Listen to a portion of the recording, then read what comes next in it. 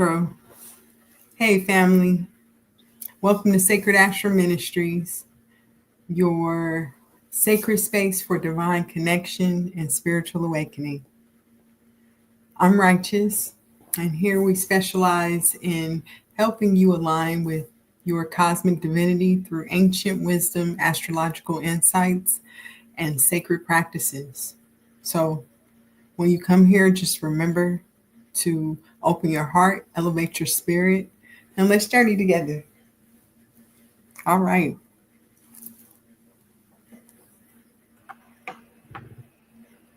And I'm Raymond, and today we're going to dive into the enchanting world of Orphic hymns, ancient chants, that's been pretty much used for centuries that help you to connect with the divine. Awesome. Let's see. So each hymn is dedicated to a specific deity, a cosmic force, or a celestial body. Yeah. So one of the things that I really enjoy and in regards to the Orphic hymn is like there's like so many of them. I think it's like about like 87 ancient Greek poems, and they're like attributed to the historical figure known as Orpheus. He was a legendary musician, a prophet in Greek mythology. So, yeah. But these hymns, they were like really integral to like the Orphic mysteries and spiritual practices. And, a lot of them are aimed to like purify the soul and just help you achieve, divine communion. What you think, Righteous? Yeah, I agree. The interesting thing about the Orphic hymns and why we chose to talk about them a little bit today was because they are very slept on. Not many people are up on the Orphic hymns, especially within the spiritual communities or so-called conscious communities that exist at this time. People are not really up on the Orphic hymns. They haven't been discussed by many of the big names that are out there yet, and yet they're so simple, but they are so powerful. And so it's something that at Sacred Ashram Ministries, within our theurgical practices, we've really taken time to go into and spend a lot of time with. And we've seen the benefits in building a relationship with those celestial energies that have Orphic hymns. And it's something that we want to share with people and make sure that, you know, people are up on the Orphic hymns. Love them. And I guess we can go and talk about a little bit more about what they are, and if you want to share anything in addition to that. Yeah, well, I know for certain, like when you recite the hymns, like it was always believed that it aligned like the practitioner, like with the divine. It helps to create a space for like um, personal transformation and spiritual alignment and elevation. Yeah, the Orphic hymns are a powerful part of an what a young magician or someone who is a novice, or it's a really good part of building a strong practice, Yeah, being I agree. able to recite the Orphic hymns. And I know that for me, speaking for me personally, since I've been doing them, one of the things that I've discovered is it truly does help to um, facilitate greater understanding of planetary energies. And I've been able to really become more aware in the changes that they bring, um, and just how truly um, transforming it is to spend time um, in that sort of spiritual communion. Mm. Yeah, I agree. Like oftentimes, like and when you incorporate them into like your magical practice, like it can help amplify like your intentions and your setting, what it is that you seek to achieve. Like it helps to kind of align yourself with that particular planetary energy. So for instance, I look at them like being like a planetary call sign or like a planetary tune, right? Like, Mhm. how often, like, even like today with marketing, right? They have jingles. And when you hear that jingle, you automatically associate it. Love that chicken from Popeyes, like stuff like that, right? Mhm. So the Right. Orphic Hymn would be like a planetary call sign. And when you mix it with your intention, that is aligned with that specific planet or deity, then that kind of puts you in a more of a direct connection with that type of energy that you're seeking to utilize. Yeah, I agree. Um, Especially when you get into any magical or ritual practices that you undertake, and you start to incorporate more and stronger, what's the word, correspondences, Yep. being able to use the planetary energies and build that relationship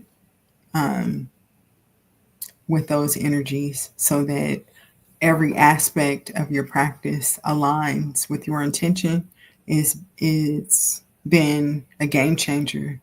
It's definitely been a game changer. And so just getting people to understand how important the stars truly are and how important the planets truly are, I think is pivotal in this time, with the increase in the speed in which we're receiving technology and just how fast we are all evolving. Building that relationship, I really truly feel is a game changer. Yeah. You're absolutely right. As above, so below. So just like on the more, As um, within, so without. yeah, as within, so without. On the more mundane aspect, right? One of the things that I don't know, this just came to mind. It's like when when Trump was first in office, like some years ago, right? Hmm. People were saying, "Oh, that's crazy. You want to make a space force?"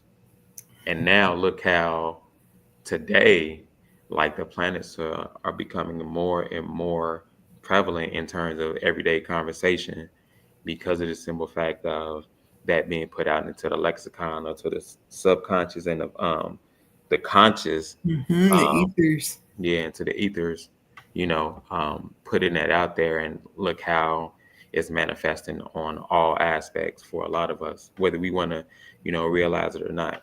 Like in one way or the other, whether it's Chinese astrology or astrology, the zodiac signs, like they're all associated to a specific planetary correspondence, like you said earlier. So Hmm. yeah, yeah, And that's, yeah, that's a very powerful law, the law of correspondence. Um, and it's always something to keep in mind whenever we have something that we want to see a great deal of energy and return in, is maintaining that and understanding just how important every technical aspect within every element is. It's important, it's vital. yeah, So Yeah, we just want to come on here and give a short discussion about the Orphic hymns and just how powerful they are. And something that I only learned recently was, I think more recently, I started to see the Orphic hymns for the deities. When we first started, I didn't realize that there were 82 Orphic hymns. It's kind of it's kind of awesome. Yeah. I didn't realize that. I think you put me up on that. Um, but yeah, it makes a powerful difference. Um, it makes a powerful difference. It do. It definitely do. So, did we Like, want to go ahead and share one of the Orphic hymns that we have or that we do on a pretty regular basis, just to kind of give an example of what they sound like? Um, of course, our listeners will definitely go and check it out and do their due diligence and get that information on their own. But just something that we've been able to do. There are several. They're done, of course, by several people, and people tend to do them. Have a classical way in which they do the Orphic hymns, but um, we have a more modern way that we do them. Um, and it's awesome. It's like, I guess that's one of our little quirks, um, is really getting into classical magic and um,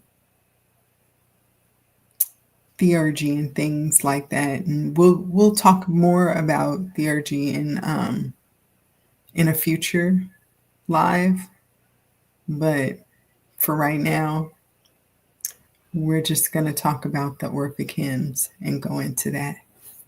We're yeah. going to take a brief commercial and then we're going to come back.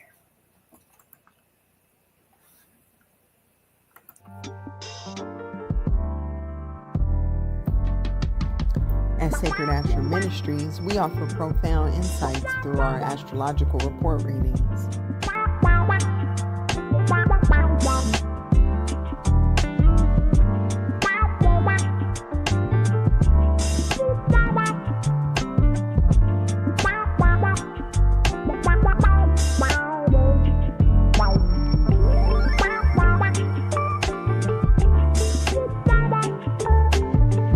They make a great gift, so don't miss out on this opportunity to connect with your cosmic divinity.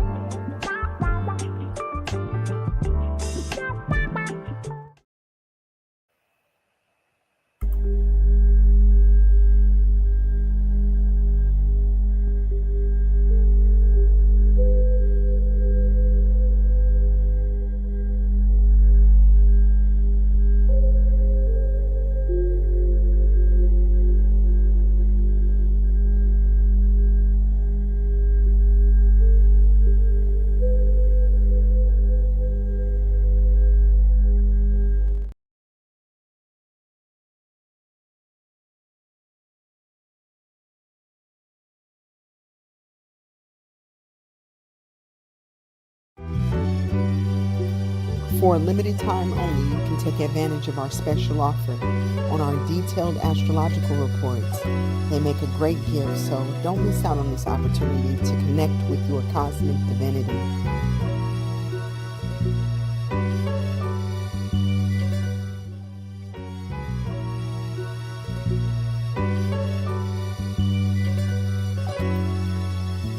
At Sacred Ashram Ministries, we offer profound insights through our astrological report readings.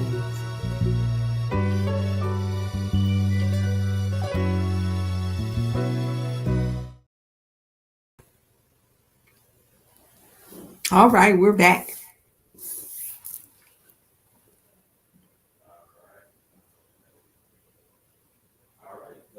Before we go ahead and get into the Orphic hymns, one of the things that I definitely wanted to get into was how, like, in terms of like deities that they're made out to.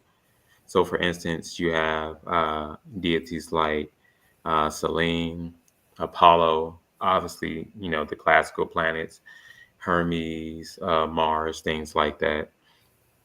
And they're just really good to just kind of get aligned in terms of, when it comes to rhythmic structures and sacred language. A lot of these hymns, they serve as a conduit, and they allow you to channel specific energies of the deities into your magical workings. Um, but beyond magic, Orphic hymns are like also a really powerful tool when it comes to meditation. Um, Often, one of the things that I think a lot of people don't realize is how you can integrate them into your, meditation practice. Um, and it just allows you to just harmonize, the mind, body, and spirit, and allows you to just kind of get get in alignment with a sense of like a profound connection, when it comes to connecting with the divine, with the universe. So, yeah. Yeah. So, yeah, this integration, it enhances, I think you were mentioning it enhances our rituals, and it makes them more meaningful and potent. And it's just really powerful. And engaging with certain energies. It allows you to receive deeper insights. Um, but yeah, I've done it. I've learned the difference. So right now, we're going to go ahead and listen Step to into the mystical power of the Orphic Hymns, ancient invocations that connect us to divine energies and cosmic forces. These hymns are more than poetry. They are essentially vibrational keys, unlocking spiritual realms and aligning your energy with the divine. By chanting or reciting these hymns, you can amplify your magical workings, invoke planetary energies, and deepen your connection with specific deities. Their rhythm and sacred words create a meditative state, enhancing focus and intention for manifestation and spiritual protection. Whether you're seeking wisdom, abundance, or healing, the Orphic hymns provide a timeless framework to channel divine power and harmonize your life with the universe. For more information on practices like this and more, subscribe to our YouTube channel and visit sacredashramministries.org for astrological reports, mystic tools, and more. O Jove, much honored, Jove supremely great, to thee our holy rites we consecrate. Our prayers and expiations, King divine, for all things round thy head exalted shine. The earth is thine, and mountains swelling high, the sea profound, and all within the sky. Saturnian King, descending from above, magnanimous commanding sceptred Jove, all parent, principle, and end of all, whose power almighty shakes this earthly ball. Even nature trembles at thy mighty nod, loud sounding, armed with lightning, thundering God. Source of abundance, purifying King, O various form from whom all nature spring. Propitious, hear my prayer, give blameless health, with peace divine and necessary wealth. Benevolent attend, and grant a blameless life, a blessed end.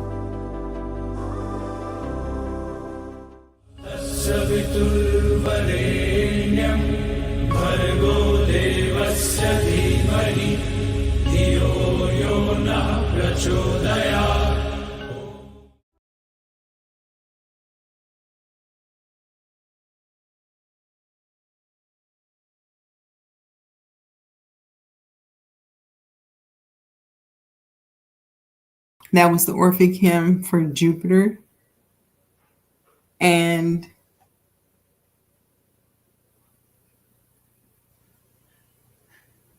it's awesome. It definitely is. It definitely is. It's one of our favorites, and um, it really resonated with us. When it comes to the aspect of Jupiter, um, it's just really, really it really aligns with the energies that we are in tune with right now. As a Gemini, particularly, is one of the most favorable houses right now in its current paradigm. So, yeah. And where is Jupiter? Jupiter is in Gemini right now, isn't it? Yep, it is. Is it retrograde or is it? No, it's not. It's not retrograde or anything anymore. It was retrograde back in November. Okay. So, Okay.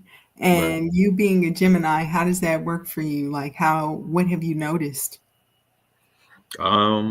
expansion. Mm, Expansion in terms of like ideas, in terms of uh, collective thoughts. Look, I just said the same thing, but mhm, yeah, really just expansive in terms of ideas, work ethic, and practices, like expanding me to make me more open and aware to things that are more benefit in my house. So hmm, one of the things, speaking of which, of a Jupiter, it's really fascinating that, like, in terms of like the Orphic Hymns and Jupiter, like mhm, how they intersect with like spiritual traditions such as Kabbalah. So mhm, in Kabbalah, Jupiter is known as Chesed, which is the house of mercy, right? mhm, So um, and when it comes to like more Jupiterian aspects, that's one of the things I never realized. Like in most cases, people think of Jupiter when it comes to money and things like that, but it also expands into the aspect of mercy. So mm, yeah, it's really interesting. Really interesting. hmm. Yeah, that is. I didn't really know about the mercy part, the mercy aspect of it. Yeah, just said is So, mercy. So okay. All right. mhm. Yeah, I do know that Jupiter is truly it's expansive in several ways, more ways than one. You're right. We do think of it as a benefic planet, of course, but more so geared towards monetary gain and the expansion of finances and assets and business and things like that. But Mhm. um, it also has some physical effects too. It It do also have has some some physical physical effects not so well known. Yeah, like a lot of times when you have uh, Jupiter in your planet, in a prominent planet, it can cause weight gain, is what I've read. And it's also what I've experienced. When Jupiter has been in Aquarius, it's definitely a challenge. Uh, it's like things are, I don't know, the taste of things is heightened in some way or something, or I don't, it's hard to explain, but it is, I think it's largely due to having such a heightened awareness of the influence that the planets have. Yeah. Um, I think that heightened awareness assists you in integrating that energy so well that it's like, okay, we Yeah. become we take on a lot of that energy. So Yeah. So, but it also allows for, in your case, when Jupiter is in the 11th house, that's mhm, where it is for Aquariuses. And for Aquarius is in the 11th house, that is the house of friendship, companions, and things like that. So, and also social life, your role in society, circle of friends, your dreams. So, when it's in Aquarius, it really just kind of expands on that, particularly for you. Now, for mhm, Gemini, it's in a different house. I think for Gemini, it's in the third house, and third house is in terms of I think career aspects, if I'm not mistaken. I was just gonna ask you that too. Yeah, yeah. Well, it's the house of communication. It's the Okay, house of communication. that makes sense. Yeah, it is. And then I just thought about it, and Gemini is ruled by Mercury, so Hmm. and we already automatically are a more mercurial sign. So yeah. Okay. Oh, that's awesome. That's awesome. So, um, is there anything that you do with regards to the Orphic hymn for Mercury? Like, is there any, when that comes, or when you're using that, is there anything special that you can tell us that you do or that you've noticed with the Orphic hymn for Mercury? For Mercury, well, anything Mercury associated, whether it's the like an angel or the planets or anything like that. Mercury is the messenger of the gods. Mm-hmm. So I guess it would be more so in alignment with just divine communication. Divine communication. Okay. Okay. I know that in the past we've used Mercury to speed up communication between any other entities or spirits or deities that we would seek communication from. Mercury has been instrumental in delivering that communication to us probably faster than normal. So, utilizing the Orphic hymn in conjunction with some sort of ritual to assist or request the aid of Mercury. Yeah. It's been pretty powerful. I mean, when you think of Mercury, right, or like the deity Hermes, what does Hermes have? He has wings on his feet and his wings on his head. So it's fast movement and fast thought. So, and he gets the message to you fast. So it's like a calling card when you invoke that mercurial energy. It is. It is. I can definitely. I can see how you could conclude that. Yeah. Yeah, Mercury is pretty powerful. Yeah. The house of Mercury is powerful. Mercury is also a benefic energy. Yeah, indeed. I mean, all energies are benefic, or planetary energies, I should say. Okay. But it's all based upon how you utilize or invoke those energies, mixing with whatever intention it is. You know, like for Mars, you automatically think like the book "Men Are for Mars, Women Are for Venus," but also Mars is known as a war planet. So on the more, I guess you could say, malefic aspect, it would be something that could be like too much action, fast action, but fast action in a way that cannot be so benefic in some aspect. But on the more, or it's something that's, like I'm a little tongue tied. But on the more, so the malefic part would be like fire, heat, passion, war, aggression, things like that. But on the more benefic side, it'd be protection, passion, like passion to do something, get something done, action to get something done, instead of laziness or slowing down time. So yeah, like we going through all the planets almost. Yeah. We went from Mercury to Mars to Jupiter. Yeah, that's only 3 so far, but I mean, hey. But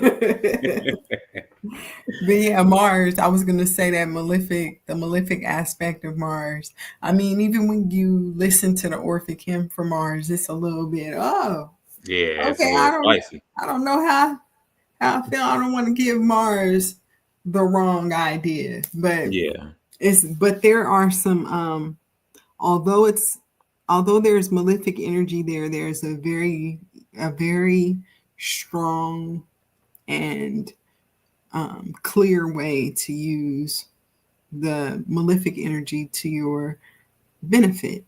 Yeah. So for instance, if somebody is being hostile with you, the benefic correspondence to that would be protection. Because if something is seeking to harm you, then you want to shield yourself from that.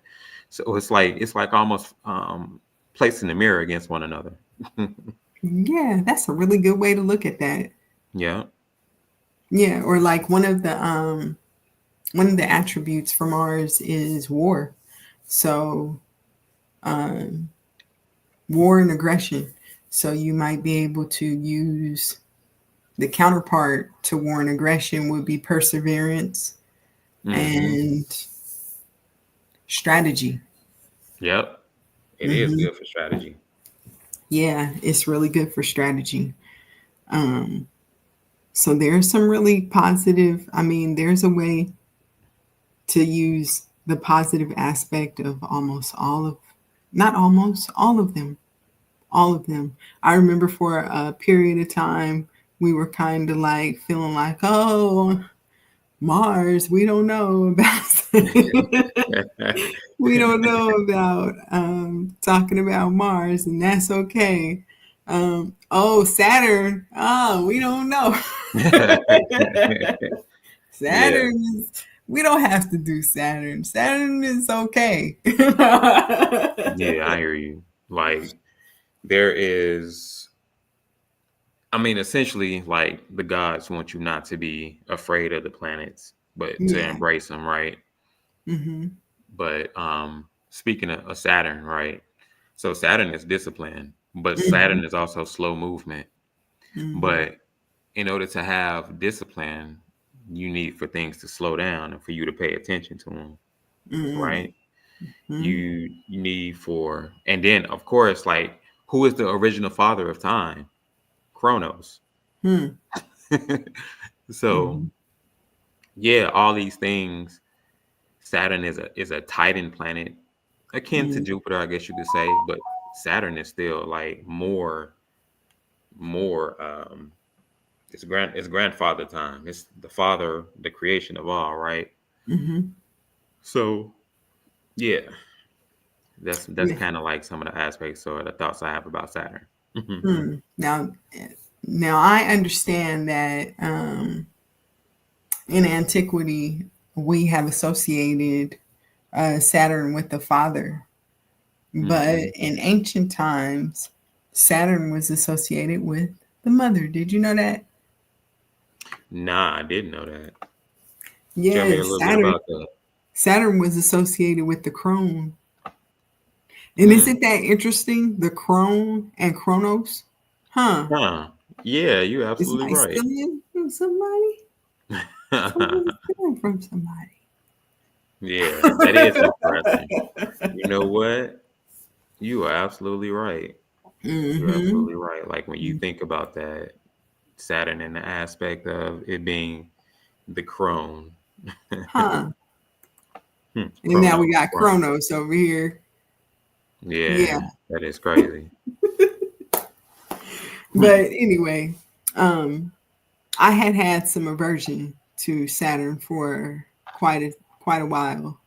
Okay. Um, and I think I had somewhat of an awakening um, in which I had a download of several insights, and one of those insights, oh, beautiful. That's actually from a game, by the way. Elden Oh, Ring. okay. Oh, that's awesome. Hmm. Yeah, one of those insights was that Saturn is not something to run from. Huh. And Saturn is definitely to be respected. Uh, Yeah. and although, what? Man, Look at you, ain't we were Felder. just zoning. So What? what's going on, brother Felder? Peace, brother. Yes, indeed. We was in the zone. But That's so I see you got awesome. a question, so Oh, okay. So, is it good to invoke Hermes for lost or hidden knowledge huh. so it can come to me faster? Well, Huh. that is a good question. Here's something to think about.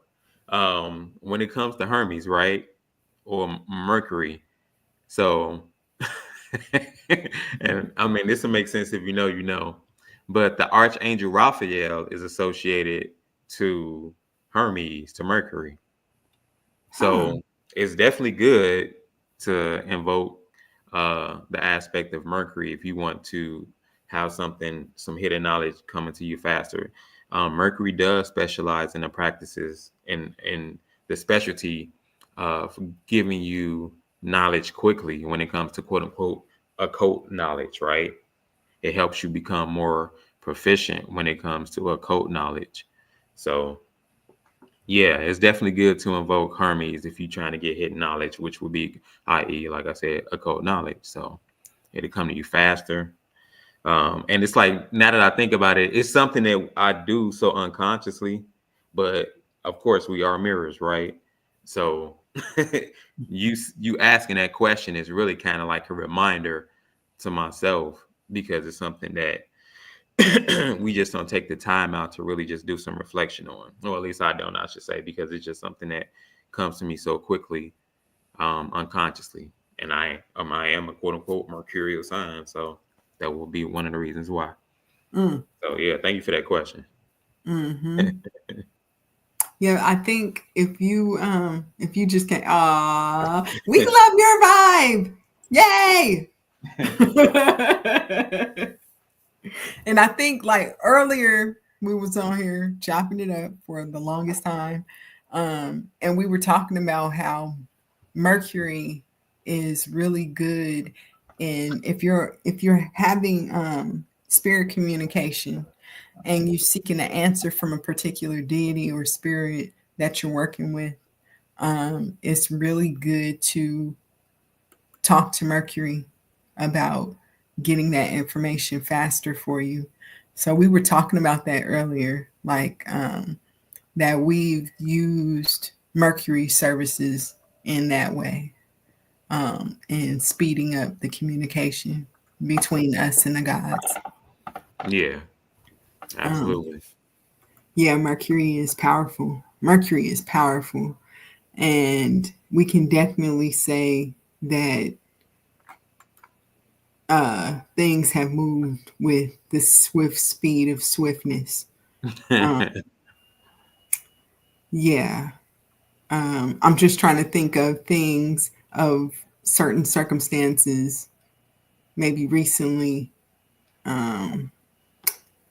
Mercury got some information to us super fast, but basically we were talking about the Orphic Hymns, and one of those is 82 different Orphic Hymns.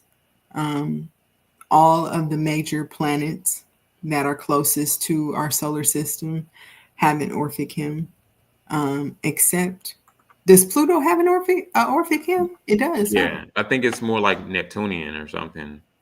It might be, I think it is one to Pluto, but it's based on the classical planets like Neptune and Pluto. Those were like planets. Those are not classical planets. Yeah. So, based on the classical planets, there's Orphic Hymns. And so utilizing the energy that's provided after doing the Orphic Hymns for a while, in conjunction with other things that you do to venerate or ritualize with the planets is pretty powerful. It's pretty powerful in getting results faster. And it's all a part really of utilizing the law of correspondences. All things Mercury, or all things that have to do, that align with what your intention is. So if your intention is something expansive with regards to business, and things like that, then you want to use Jupiter and then all things Jupiter. Yeah. And the Orphic Hymns we found have been like game changers, and a lot of people don't talk about them. Yeah, definitely game changer. You can use them a lot of ways. I do just want to double back to one of the things that came to mind when it comes to Pluto, actually. Pluto is actually associated. There is an Orphic Hymn for Pluto, and we'll probably have to do a little bit deep dive on that one a little bit later. Yeah. But the planet that is actually, or the correspondence to Pluto, is actually, and I don't know why I didn't think about this sooner, is life and death. And when it comes to like more Greek mythology, who is associated to life and death? Mm. Think back from when we was watching what was the name of that show? Chaos. Hades. Yes, Hades. So yeah, Pluto is the Orphic hymn for Pluto would essentially be Hades. Wow. Yeah, that's a bar, Wow. Mike. And you know what? I think I put Pluto in the bag with Saturn and Mars. Mm-hmm. Yeah. And it's horrible too. I really should take Pluto back out the bag because it's in Aquarius right now. And so it only makes sense that we learn every aspect of that planet that is major planet energy that is visiting Yeah. the sign. A thought that I had was like Pluto was in Aquarius, right? Yeah. And when you think of Pluto and Aquarius in terms of the world stage, we associate it with life and death, but what is life and death? Like essentially at its core, it's transformation. Transformation. You are absolutely right. So, but sometimes change is hard. And so, people fear what they don't understand, and essentially we fear change because oftentimes we associate change with trauma, with pain, with things like that. Fear of the unknown. Yeah, fear of the unknown. So, yeah, the Aquarian aspect would be new things. So the death of the old, but the birth of a new. So, I love that, brother. yeah. Thanks. That's exactly what it is. And Yeah. I've definitely been feeling that energy. Like I've been feeling that bust out energy. Yeah. Which is good. It's good for starting new projects. Yeah. I think who was it that said that? And shout out to him, matter of fact, Dominic 369. Oh Didn't he yeah. say that anybody who was born in Pluto and Aquarius was gonna be like a genius? Wow. I think he said that. That makes sense because look at what Aquarius is working with. You got Uranus and Unexpected Saturn. change. Yeah. And then you throw Pluto in there and voila. You got a whole lot. Well, not Pluto, but Uranus and Saturn are like ancient rulers, right? Uranus is the Saturn of whatever. How did it go? No, Uranus is Saturn is the ancient ruler of Aquarius, and Uranus is its more modern ruler. Okay, got you. So yeah, but all of them are associated to change. Yeah, all of them, except for Saturn is a little bit. Saturn is probably what makes Aquarius fixed. Yeah, is because it's standing right there, posted. It's the slow moving planet. Waiting, looking. Nah, I ain't moving. And it's intense. It's intense. It is. Yeah. It is. I've definitely been indulging in a bit of intensity. Yeah. And then on the world stage, when it comes to Saturn also has strong associations to government and discipline. And what is the government doing? In its Saturnian age, right? And it's Aquarian. Making people change whether they like it or not. Yeah. You got all of these government subsidiaries being cut down, like jobs are being cut. And it's crazy because they cutting them. They getting you ready for the great separation. Like shout out to Chief Nwadi, brother yourself. Yes, indeed. Shout out to the chief. When it comes to separation, right? You have the part of that great separation and Aquarius. The Aquarian aspect is AI. The separation is people losing their jobs to make room for AI because AI literal separation. Yeah, AI is about to make a grand merge, whether we like it or not. I mean, we already been in the Piscean age, right? Like we've been using credit cards and things like that. So it was still some Aquarian aspect to that. But now the monetary system is being even more moved from the material aspect because the dollar is going to be useless. So they're going to be banking everything or focusing everything, shifting the priorities to a more digital aspect because it's also, and while you are like moving people from their jobs physically, you're creating space. So once again, as above, so below. Space Force. Space Force. Yeah. That's crazy. I see that. I see the connections. Something else. Oh, Dwayne Felder said, "This is my first time really hearing about the Orphic hymns. I definitely want to learn and use them in my rituals. This is hecka interesting." Thank you. Gratitude. Yeah. Gratitude. Well, stay tuned, buddy. Stay tuned. Yes, indeed. We have a lot of interesting topics. Yay. Yeah. But I definitely would recommend, like we played the Jupiter Orphic hymn earlier, and we could probably play it again. But that's one of the things that really kind of got us started, like the Jupiterian aspect, like the expansion of that is putting you on notice about certain types of energies that'll be more aligned for you. Like, yeah, it just puts you in a space of things that are more aligned for you.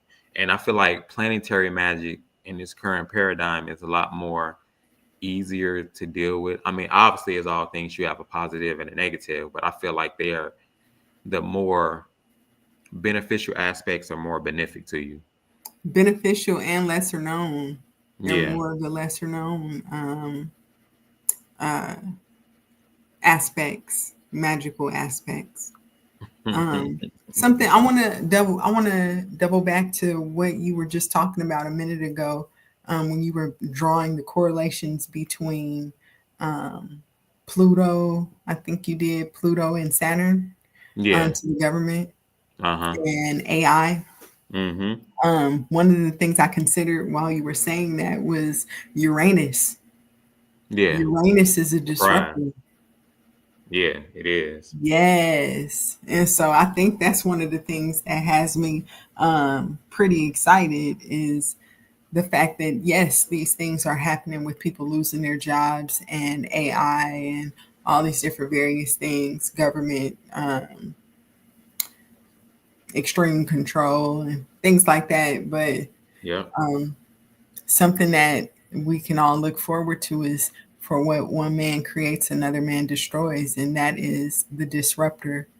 And Uranus bringing that energy in is going to be something really amazing because whenever people are pressured or their backs are against the wall or they're put into certain situations out of need of survival, they will create.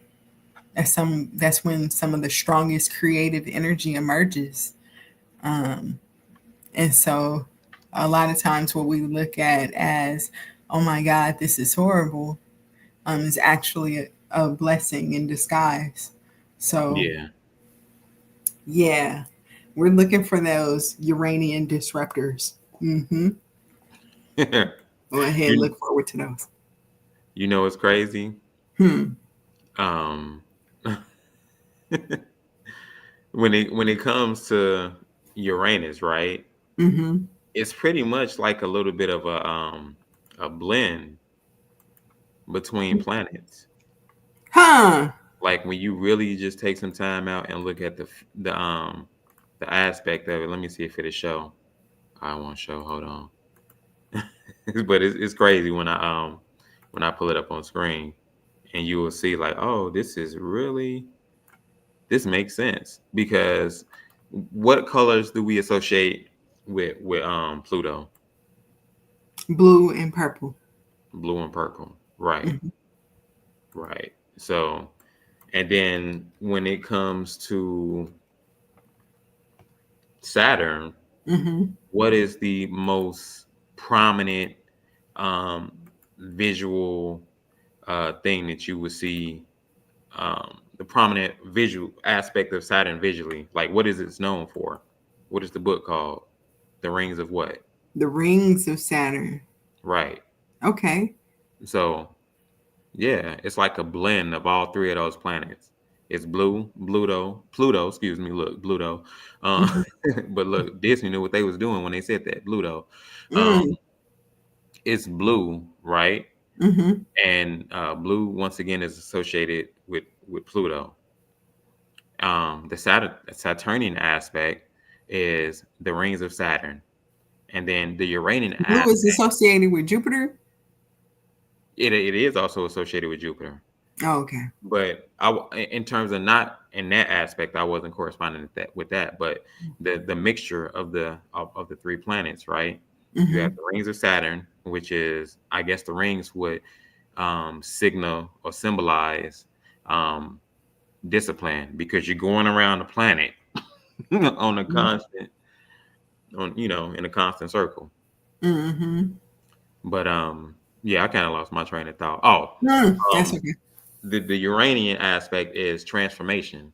So when you think of Pluto, that's life and death. But essentially, what is the overarching message, or the most commonly thought association with Pluto? Life and death. What is life and death? A form of transformation. So Okay. Uranus is sudden transformation, because it's something that catches you off guard. Oh, okay. Yeah. It is. Sorry, we're down the rabbit hole. The conscious rabbit hole. E equals MC squared. And the motherland says the sun shines at 7 p.m. Times infinity. Times infinity. But, okay, so where was we going with that one? We went to Uranus, and then we came back. But we're going to go ahead and wrap this up. Yes, indeed. We had a good time talking about those. And family, if you like hanging out with us, make sure to subscribe to our channel. Yep. And visit us at sacredashramministries.org. And we are Sacred Ashram Ministries on all platforms. Absolutely. With that being said, we're going to go ahead and close it out with some of our wonderful sponsors. And if you would like anything such as an astrological report, we do also provide 30-day chart reports, which allow you to see, which are super raw, might I add. They are super raw. They allow you the opportunity to get a little bit of a forecast for the week.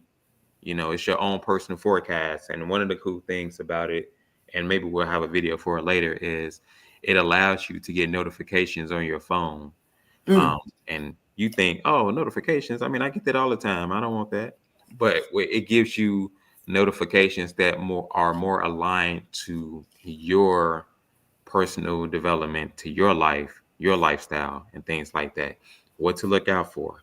Oh man, the moon is in Aquarius, or the moon is in Cancer. So Cancer is more for the nurturing or family aspect of things.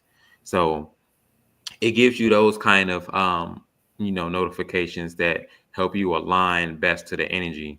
And as we stated originally in this video, the Orphic that's super.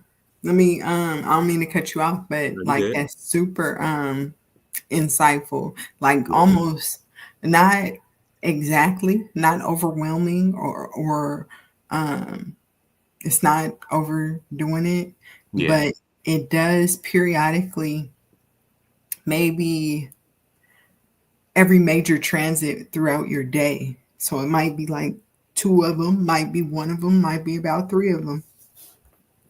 And what happens is you'll get a notice on your calendar, and you click on it, and a message will pop up, and it'll tell you what the theme is for that particular transit, and it'll show you, it'll give you a time frame, like say from, and this is just an example, from 2 p.m. to 4 p.m.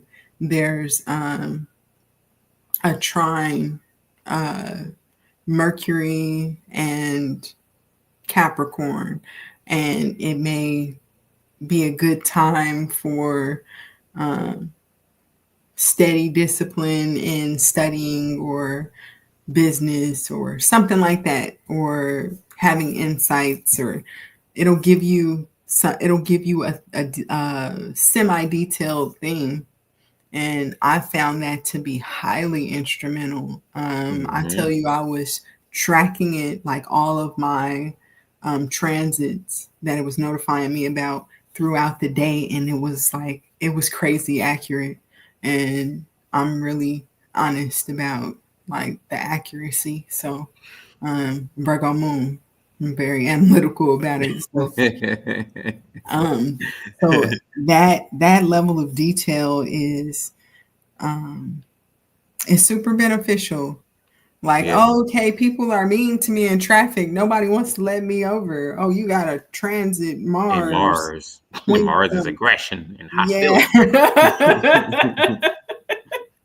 Like, oh man, that's terrible. But it's squaring Saturn. So. Yeah, or like, oh, I won't be going outside. Now, we're not going to let the stars totally dictate every aspect of our lives, of course, but it gives you insight, and awareness is key. Yes. Yeah. So, if you don't have anything, I don't have anything. Nope, that's really it. Once again, thank you all for taking the time out to follow us here on The Righteous Frequency. This has been episode 2, wrapped up in the books. And for more information, subscribe to our YouTube. Check us out, Sacred Ashram Ministries.org, and check out our free prayer board. With that being stated, we bid you all adieu, and we'll close it out with these special messages. Yes, indeed. Peace, family.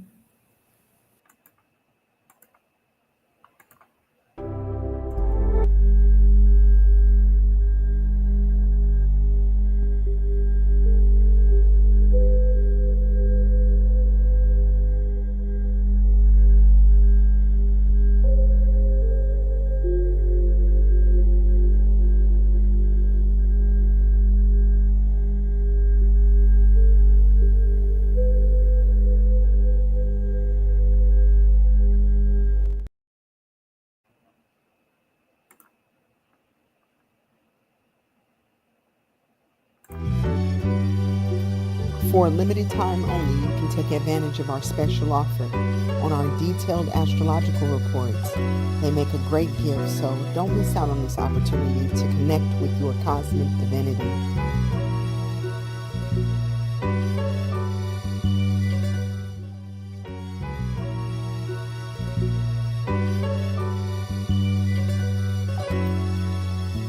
At Sacred Ashram Ministries, we offer profound insights through our astrological report readings.